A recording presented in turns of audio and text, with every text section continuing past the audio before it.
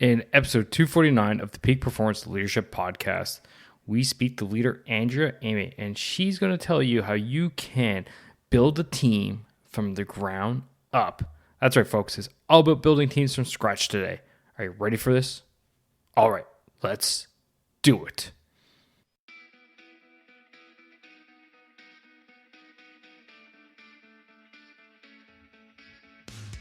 Welcome one, welcome all to the Peak Performance Leadership Podcast, a weekly podcast series dedicated to helping you hit peak performance across the three domains of leadership. Those being leading yourself, leading your team, and leading your organization. This podcast couples my 20 years of military experience as a senior Canadian Army officer with world-class guests to bring you the most complete podcast of leadership going. And for more, feel free to check out our website at movingforwardleadership.com. And with that, let's get to the show.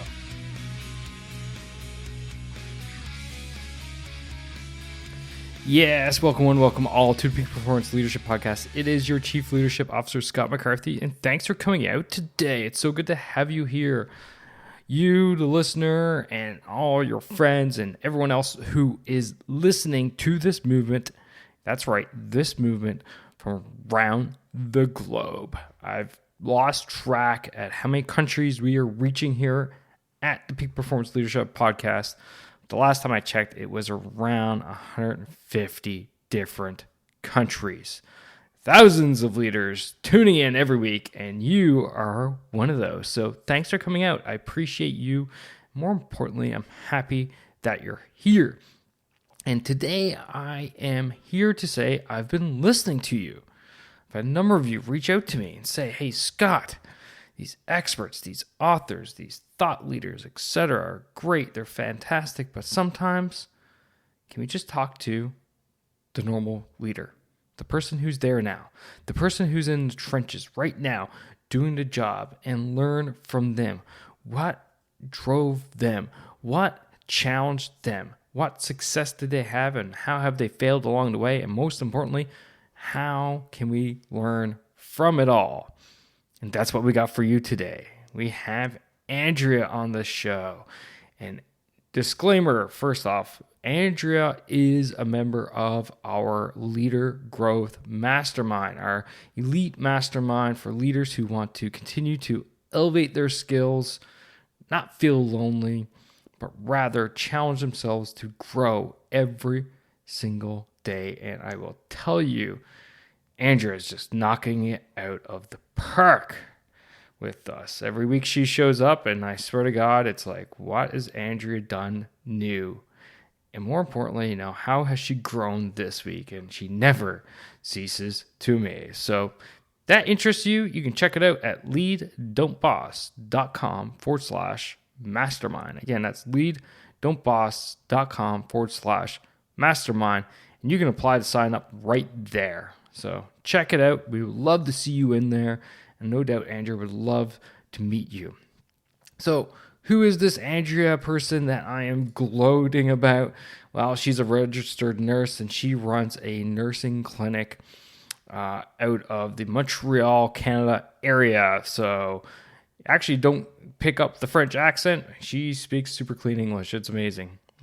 So that's what she does. And what you're going to hear out of the story that she's going to tell is this is a brand new team still. Relatively speaking, this is a brand new team. And you're going to hear the struggles and the wins of her bringing this whole new team together and, literally starting it from the ground up. So we talk about the challenges that she had of bringing that team together, some tactical actions she took to get her team to gel and form, how she got her team through conflict with another team, some strategies she's used to employ communication within her team, and so much more. Andrea's got a great sense, just one of those personalities that fills the room in a good way. She brings the energy, and you're going to get this from the show. So anyway, that's enough for me. Why don't you sit back, relax, and enjoy my conversation about building a new team from the ground up with Andrea Amy.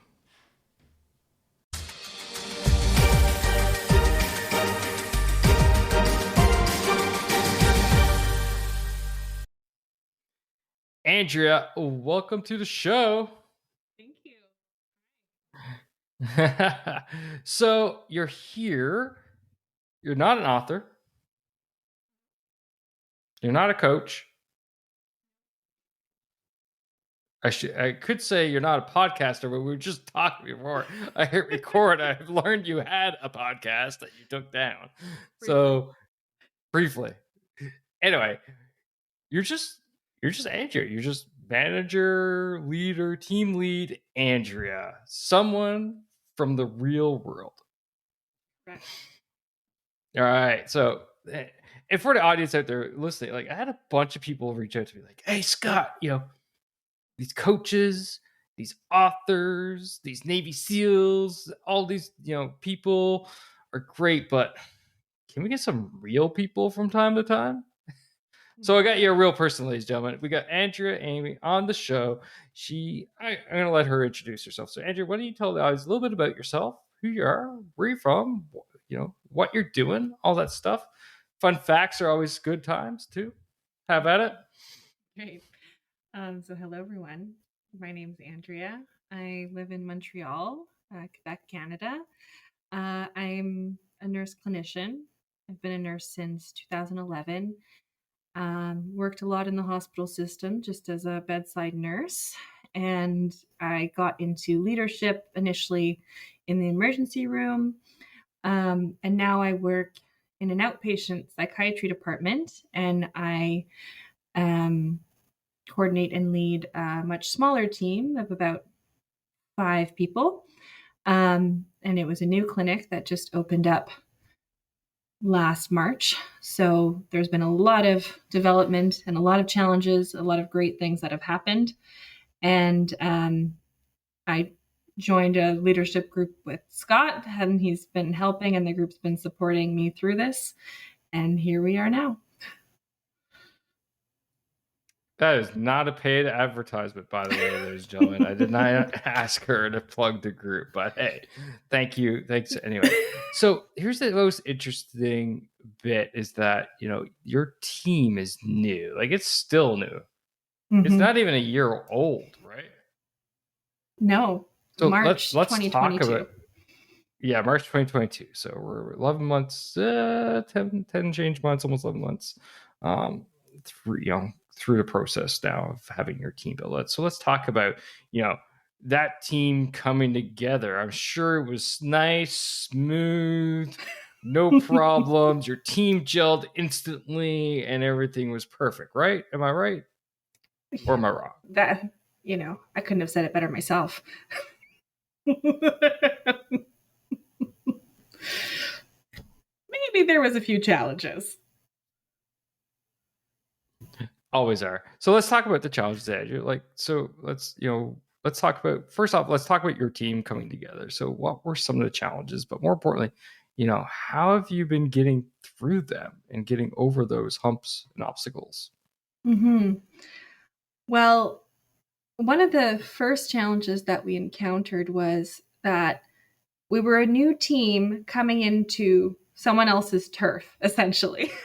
So we were new. However, our space was being used by other teams as well. So our first challenge was really building our confidence and our self-image and feeling like we could take up space and that we could get what we needed. So that was really challenging to navigate while we were still figuring out how we worked with each other as a team. So at the beginning, there was a lot of time spent really just building our relationships with each other, and then also building the relationships with the other teams that were already present. Yeah, relationships are crucial for sure, especially in this context where it's a new team, new people coming together. Making an assumption here that many of you didn't even know each other before you came together, and then the interesting dynamic of walking on someone's turf. So, what were some of the tactical things that you guys did to get to know each other, to kind of break the ice, and then beginning to gel as an organization? Yeah. So, well, it started with just, it was a mixture between going with the flow, but creating structure. So, going with the flow in the sense of, let's see what comes at us during the day, because we were at the point of we didn't even know what we didn't know yet. So we had to just go day by day or hour by hour and see what things we needed to know and what problems arise. And at the same time, build structure, like establish regular team meetings and team building like activities that could help us gel as a team. So that included things like going for walks together on our lunch hour, taking time to get to know each other over coffee of some other times during our breaks. And also, we organized a few Senka sets or happy hours with the team as well, which really helped. Actually, that one is a winner. If you're questioning if you should do a happy hour with your team, the answer is yes.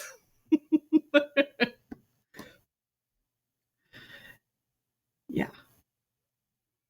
Yeah, those events generally go over well, I would admit. But I like the walks. Like, how simple is that? Yet, how often um, do people not do that? Right? Like, how often do teams actually do that? I don't hear of it often, and all the people I talk to, like, something simple as walks. But I like what you said. Like, you're flexible, you're adaptable. Some things you said, oh, let's go with the flow. Let's see how this works, because every team is different. You got to try to figure out everyone, but at the same time, like, oh, we identified the places where we do need structure.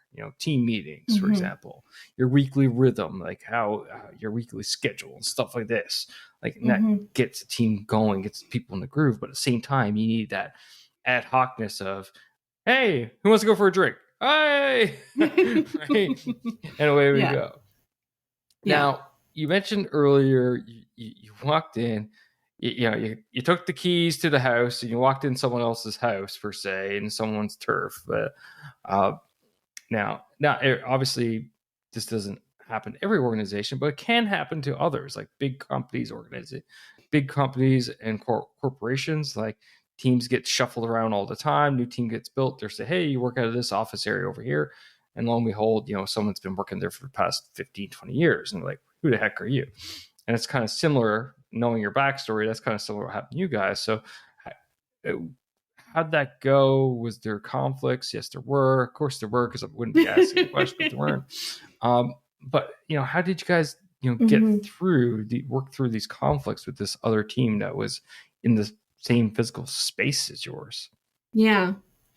So, I mean, in terms of physical space, I could just start there. We didn't even really have our space established at first, and we were bouncing around offices. And actually, just this last week, we are finally all in our finalized office spaces. So that took, what are we now? As you said, 11 months in, 10 months in. So the first issue was actually the physical space, which was quite challenging for the team to not feel like when they went into the office, that they had somewhere that they could put down their boots, or leave a few things on their desk, not have to lug things back and forth every day. So our initial plan going in, where we had certain offices set up more next to teams that were already there, that we had to readjust quite quickly, because it was sharing offices with the other team directly, and we learned that was quite challenging because of those reasons of not being able to set anything down, managing schedules between two teams. It just we figured out that wasn't really going to be an effective strategy, and it wasn't going to help our team feel like we really belonged there. So we were able to, I was able to bring that up the ladder with our team, and with the managers, and we were able to find a different space in the meantime, which was better. And even though it wasn't the finalized space that the team would be, at least it could be a space that they could call their own.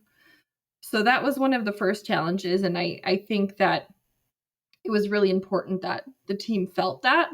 And in terms of clashing with other teams, it was less common to be face to face with that because we had our own space. Other things that were coming up that I think were really challenging could all come down to, honestly, misunderstandings and miscommunications.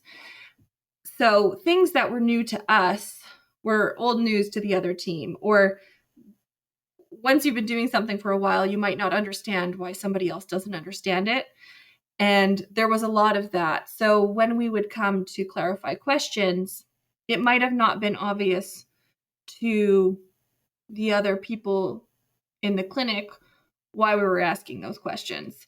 And that was quite hard to navigate. And I think what really helped with that was just creating a strong team within us and keeping the open communication and letting our team know that it was okay to ask questions, and we could ask the questions among ourselves first if they were uncomfortable going elsewhere, and kind of funnel it up through me, or I could funnel it up through my manager to make it more efficient.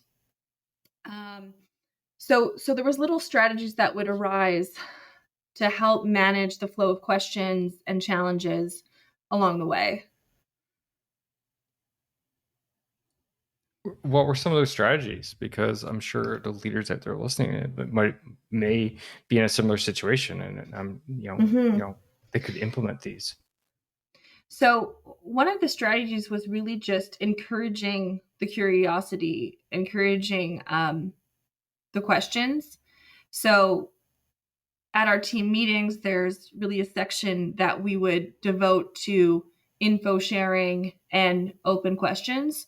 So info sharing would be if you learned something, even if it was you figured out how to work the fax machine, that was, that was a bit quirky, you would share that information so that it wasn't every one of our team going to ask the same thing to someone on another team. So we were more efficient. We would be able to share information, and we would save that to our OneDrive and categorize all the information. So there was a lot of information gathering, and I really encouraged the team to share that when they came upon new information.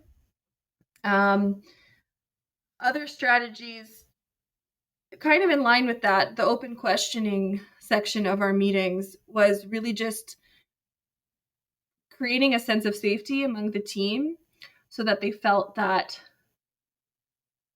there was no stupid questions. Essentially, there's no questions that I wanted them to feel that weren't appropriate or that they should know already.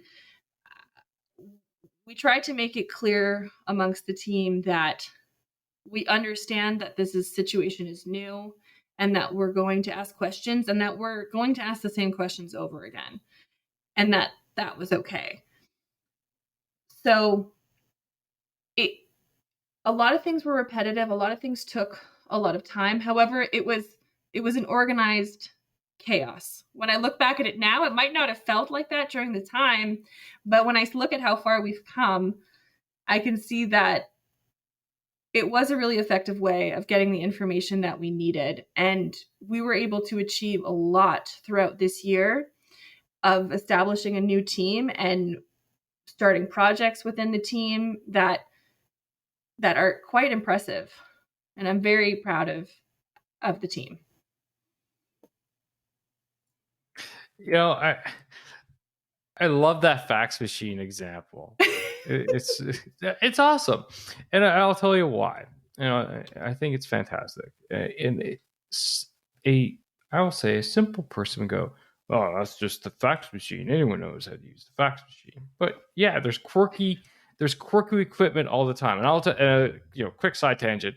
When I first showed up in Afghanistan in our office area. We had a printer there. Like, I wanted to go office space on that thing. Like, take it out in the middle of the desert where we were. We had plenty of desert space, and like take a baseball bat or my 9mm to that thing, just like the scene from the movie Office Space. But anyway, but it's interesting. You mentioned the quirky fax machine, but if you think about it, how many hours would have been lost on that if you guys didn't share that info?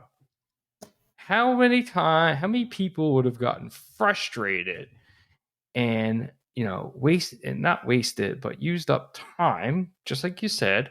They wouldn't be going to the one person, the IT guy, IT Dan, and asking IT Dan, hey, what's up with this fax machine? And Dan will get frustrated and go, here we go again.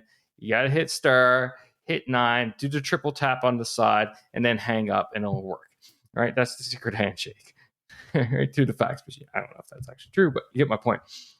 But it's simple things like that which actually help, right? And then people learn things and like, hey, and then it's suddenly like, hey, sandwiches at the cafeteria, the best ever, or stay away, right? Yeah. Little things like that. But it's interesting because it helps people. It helps people get that sense of feeling of I'm at home, because you also mentioned that like your team was kind of being bounced around for a while and you didn't feel like they're at home. And finally now, 10 and change months later, almost 11 months later, they're finally home, and it helps it.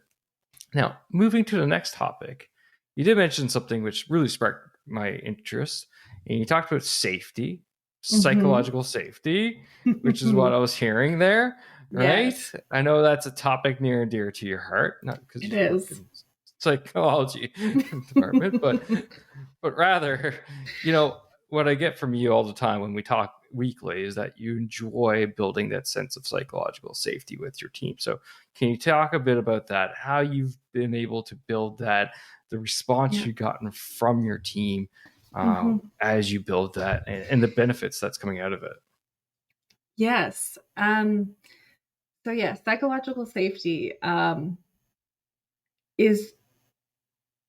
it's really been something that has really changed my outlook about teams, and really it's great. And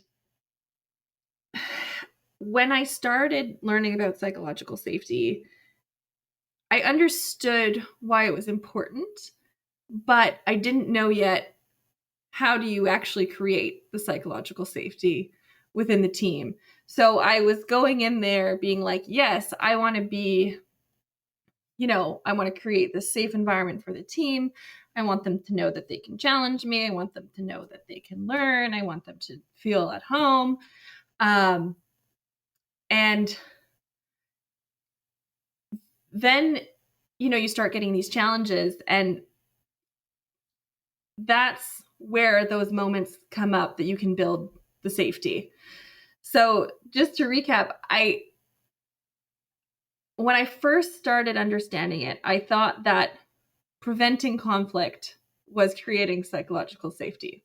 However, now I understand that it's not preventing conflict, but it's embracing the conflict and saying, oh, this is okay that this happened. We are still safe as a team.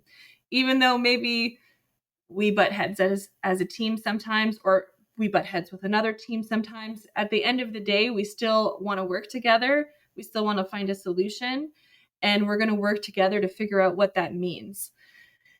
And so that's what we really encourage. And it does make people a little uncomfortable at first, because when I would go to a team member and say, tell me what you really think about this, tell me what you need, they hold back and they're like, well, what do you mean? And I say, no, like, I actually want to know, tell me best case scenario, if you could show up at work tomorrow and the problem would be solved, what would that mean for you? Or, I tell them to kind of tell me how they're actually feeling, if they're comfortable about that. Like if they're having a bad day, I open the door if they want to share that.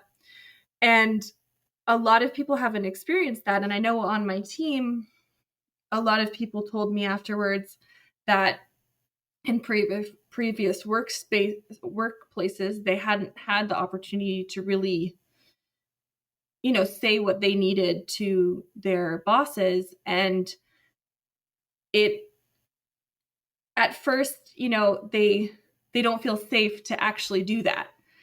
So it's taken time, and it's still being built within the team for sure. It's taken time to really show that it is actually safe, that I'm not lying about that I do want to hear their opinion. But it's a work in progress on my end too, because I can say that I want to build this psychological safety, but I have my own triggers as well. I have, I'm human as well. So even if it's something that I want to achieve, it's still work. It's still a challenge on my end. Bring a tear to my eye. I love it. No, I love the aspect. And here's the funny thing is, like, as you know, I work day in, day out with the Canadian Army as an officer, and I talk about psychological safety there. Mm-hmm. And my organization is quite a different one.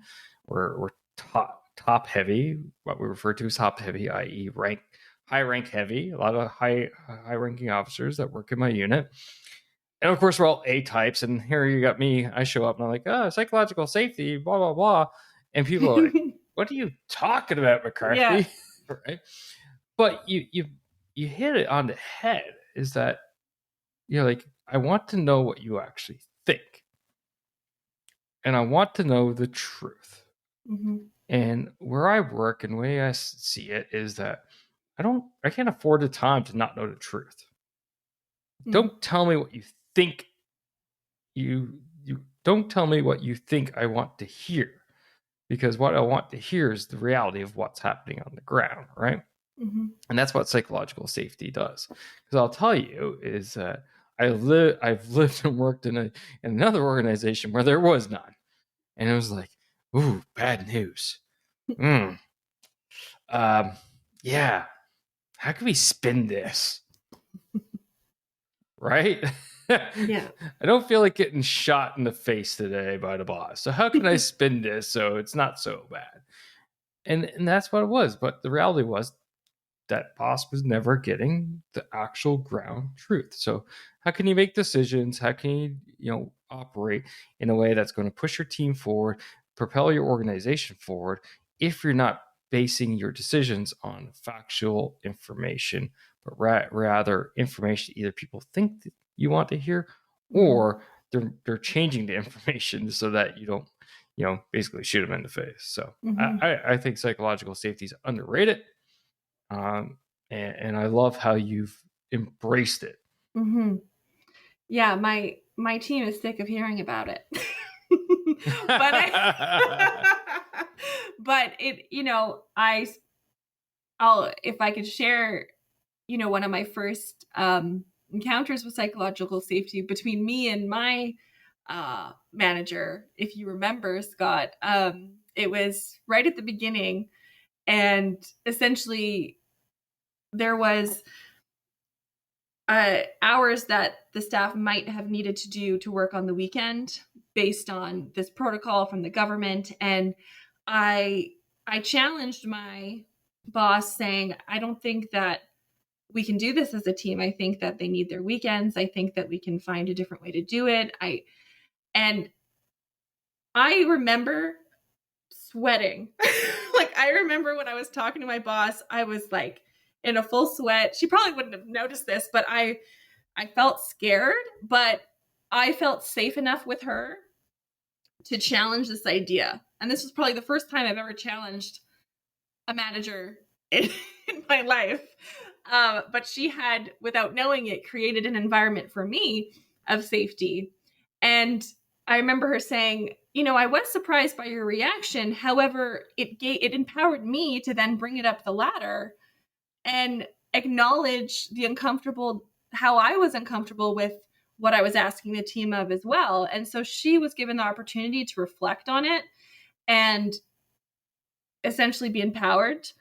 And we were able to eliminate that. And it was a really big win at the beginning of the team, at the beginning of our team coming together to say, you know what? Yeah, we don't have to do this anymore. We don't have to be on call for the weekends. And I remember telling my boss after that, you are in the final step of psychological safety, which is challenger safety. So I was able to challenge you, and you did not shut me down. Like you took me seriously, and that was probably the catalyst to be able to provide that for my team, because I know that my boss supported me, and she knows her boss supports her. So that makes all the difference.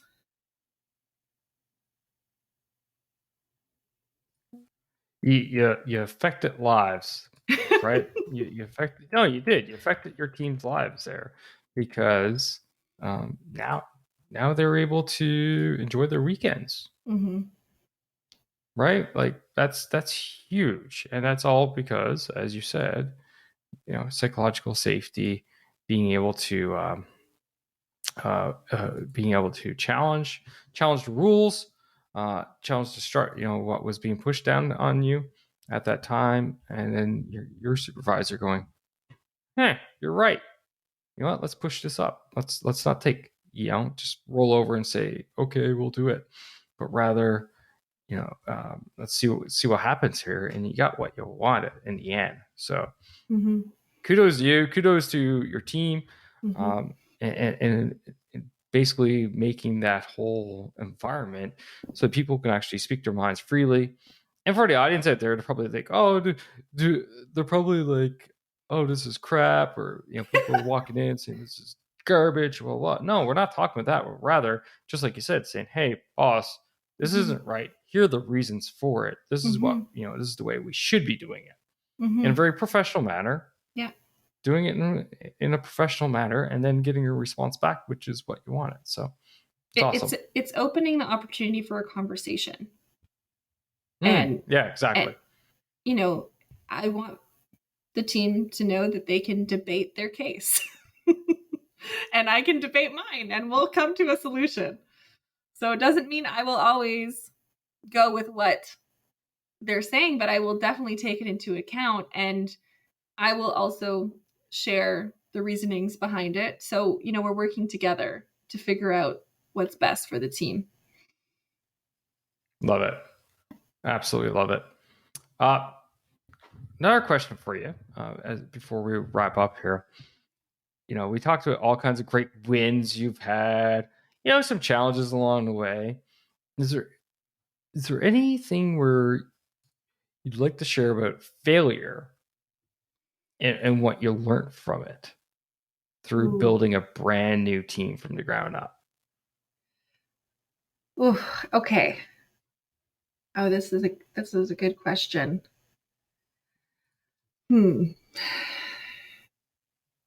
Okay. Well, I am in the process of learning, I'd say. I wouldn't say that I have fully learned yet about failure. However, I'm a lot more comfortable with it. I'm a lot more comfortable with realizing that failure is not failure. It's, in a sense, it is. However, failure is an opportunity for growth. Failure is just helps guide where I'm going. So it's just a stepping stone. It's part of the process. And if I can, add in a little mental health here, what we tell our clients is recovery is not linear. So it's expected that you're going to go up a few steps and then come down a bit, and then go up a few steps and come down a bit. And that's totally normal. We expect to come back down. So that's now what I see failure as. It's just helping me redirect where I need to go. It's easier said than done.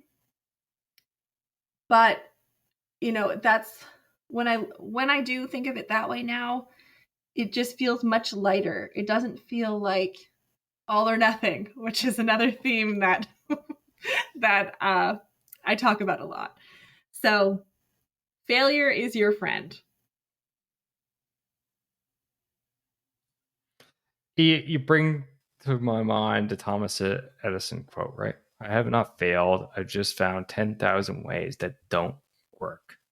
I'm not a quote guy, but this one actually fits. Yeah, that's a good quote. Because, and that's what you're basically saying. It's like, okay, I haven't failed. I just found a way that doesn't work. All right, back to the drawing board. Why doesn't it work? What can I do better next time? What things can I change? What worked within the part, despite it not overall not working, but what some parts probably did work. So what were they, and how might we maximize on those, right? And we talk about this in the mastermind. We talk about the AAR process and going over that all the time. So there's so many benefits to failing, essentially. So many benefits, because that gives the opportunity to build psychological safety, if we go back to that. Because when the team sees failure, but that we're still together and we're still moving forward, and that it's not seen as somebody not doing their job well, but it's just seen as an opportunity for growth, that's what builds confidence in the team and within themselves. Oh, mic drop moment right there. Amazing. Dropping bombs. Like, who needs authors? I got Andrea Amy here. Yep. Hey, Andrea, it's been a pleasure. It's been nice. All good things come to an end. But before we wrap this up, a couple last questions for you. I'm sure you know these. First one being, according to you, what makes a great leader? Transparency, authenticity, and with a dash of humbleness. Sounds like a nice recipe there. Yeah. Transparency here. And we'll just throw on a little humbleness on the top. Perfect. No, that's great. That's awesome. As we talked about, you're not an author, you're not a coach. You're a leader from the ground, as I like to say. But if there's anything you would like to plug, maybe it's mental awareness, maybe it's the podcast you might reboot. Yeah, we're gonna restart it. It's over to you right now. What would you like? Have at it. Plug something. I don't care. Plug something. I don't know. I mean, if I could plug mental health, get an emotion wheel. That's a bit of an inside joke with the leadership mastermind. But you know what? I'm sticking with it. Actually, everyone Google emotion wheel, and that will help you. I promise. You know what? Don't Google it. Just go to leaddon'tboss.com/249. And the emotion wheel is in the show notes. That is an inside joke to Leader Growth Mastermind. Something that Andrea has been a fantastic member of from very early days, I would actually add. And it's funny because what brought you in was actually when we started talking about psychological safety there. And I plugged it.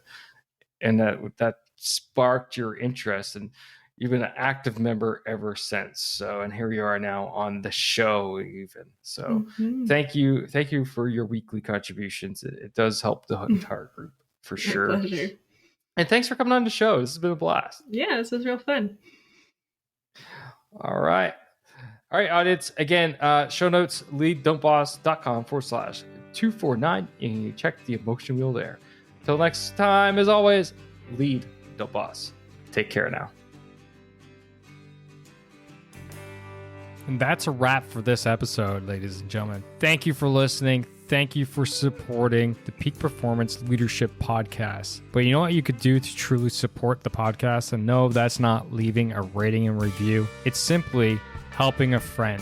And that is helping a friend by sharing this episode with them if you think this would resonate with them and help them elevate their performance level, whether that's within themselves, their teams, or their organization. So do that. Help me, help a friend, win-win all around. And hey, you look like a great friend at the same time. So just hit that little share button on your app, and then feel free to fire this episode to anyone that you feel would benefit from it. Finally, there's always more. There's always more lessons around being the highest performing leader that you can possibly be, whether that's for yourself, your team, or your organization. So why don't you subscribe?